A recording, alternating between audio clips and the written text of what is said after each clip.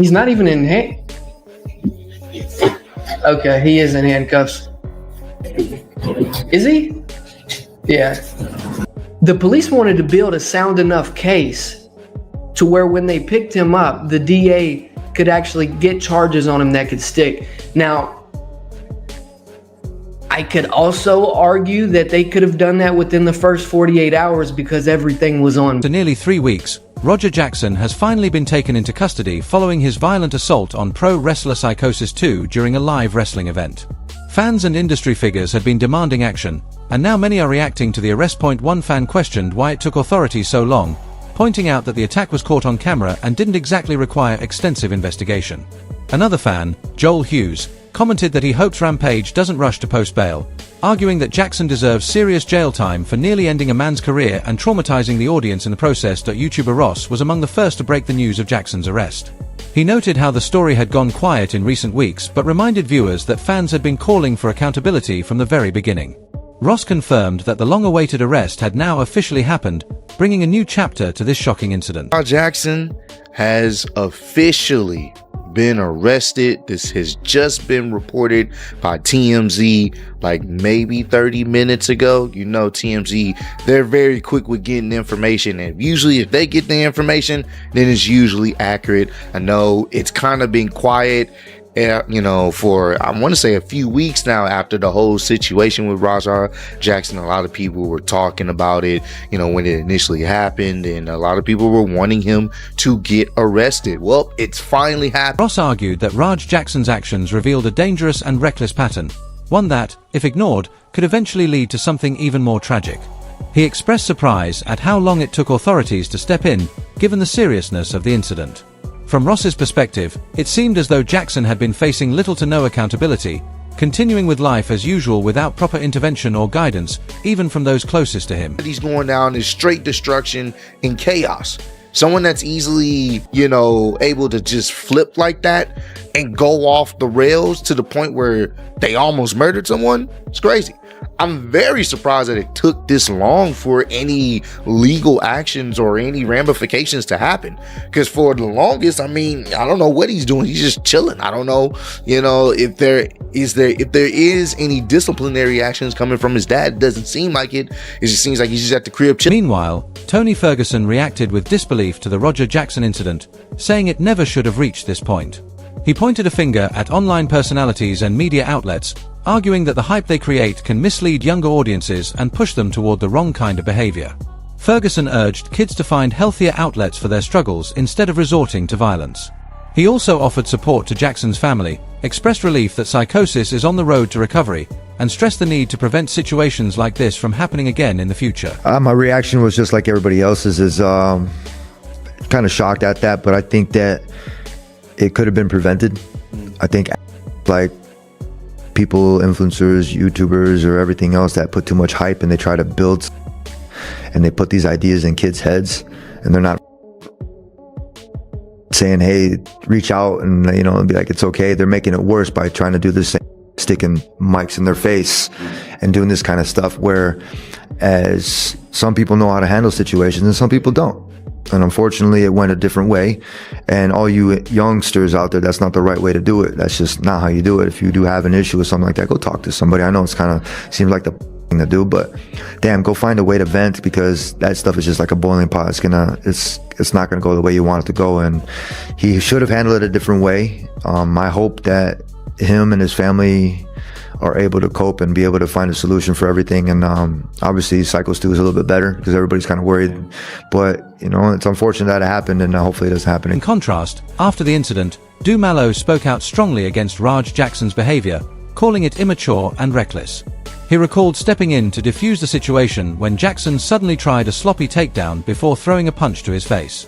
Mallow emphasized that he hadn't been acting aggressively at all, yet Jackson still chose to lash out. He described Raj as lacking respect, pointing out that he went after an already dazed opponent and even struck someone who was only trying to intervene. Mallow added that Jackson was lucky.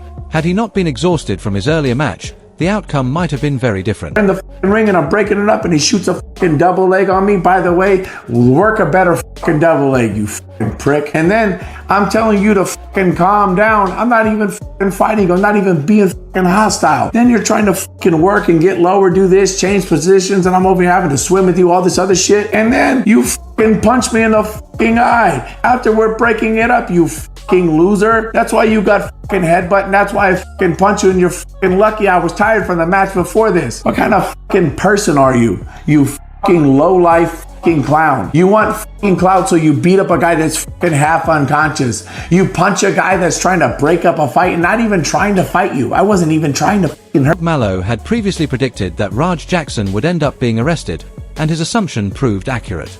He shared that investigators told him the Lapt was intentionally taking its time while building the case. According to Mallow, authorities already had witnesses and evidence but were working to determine whether Jackson's behavior was premeditated.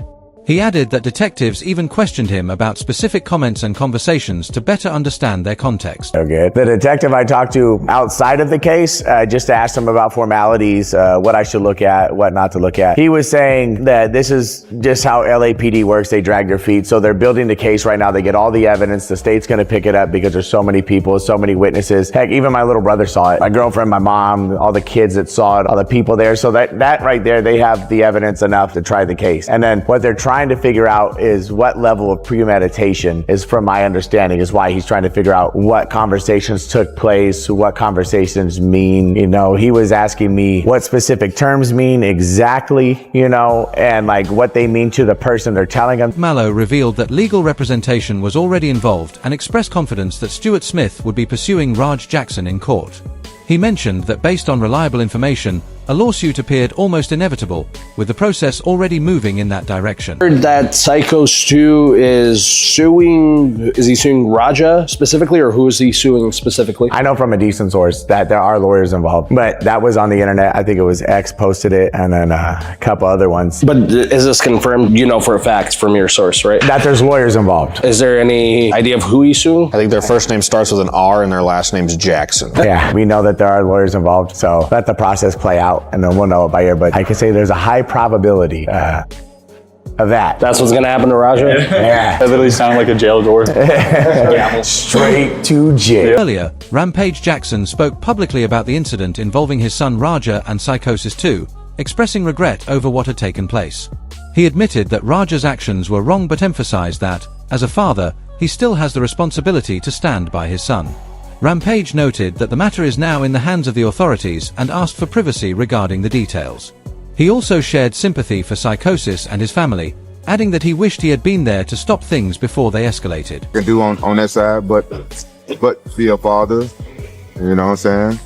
And y'all know I can't talk about that shit. I can't talk about any details and stuff like that. I can't really go into nothing. I hope y'all can respect that, you know what I'm saying? I can't say much about that. You know, it's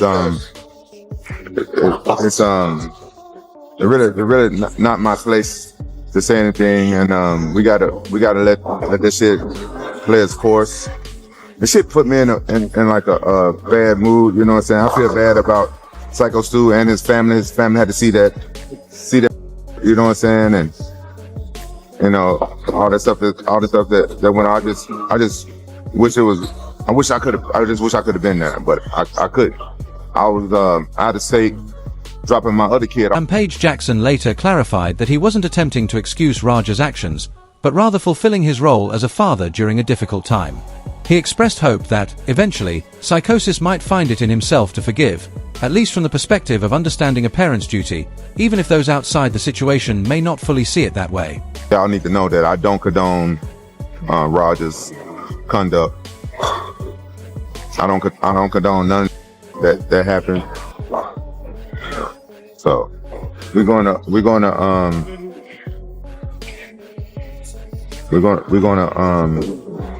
see what happened, and I'm gonna continue to be a father, and I hope Psycho Stu can forgive me myself as a dad, because for not understanding everything, you know what I'm saying? And let's see what happens from here. Meanwhile, Brendan Schaub admitted he couldn't defend Roger Jackson's actions, even though he wanted to. He explained that he respects both Raja and Rampage and had even spoken with Rampage about the situation, but said the video evidence made it impossible to justify what happened.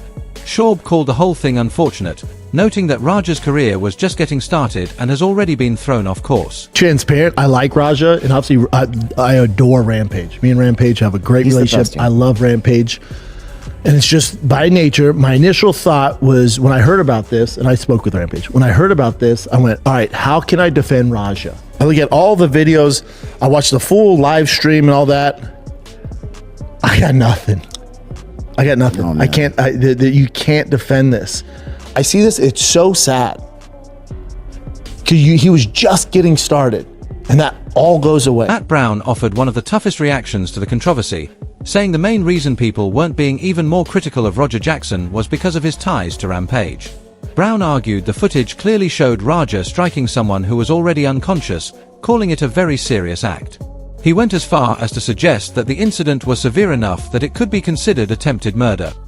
You know, if this was anybody other than Rampage Jackson's son, I don't think there'd be any empathy here at all. But we all love Rampage, and he's the man, you know, and the fact that he's his son, we're all sitting here like, bro, what the, you know, and what do we think about this? You know, if it was just anybody else in the world, it'd be like, bro, throw it out, you know, in the cage and throw the key away, man. And that's probably what's going to happen to him. Like, you know, we could say they're investigating, like, well, there's not a lot to investigate. Like, there's a video that shows it pretty goddamn clear, you know, what do we need to investigate here? So, you know, what's he going to get?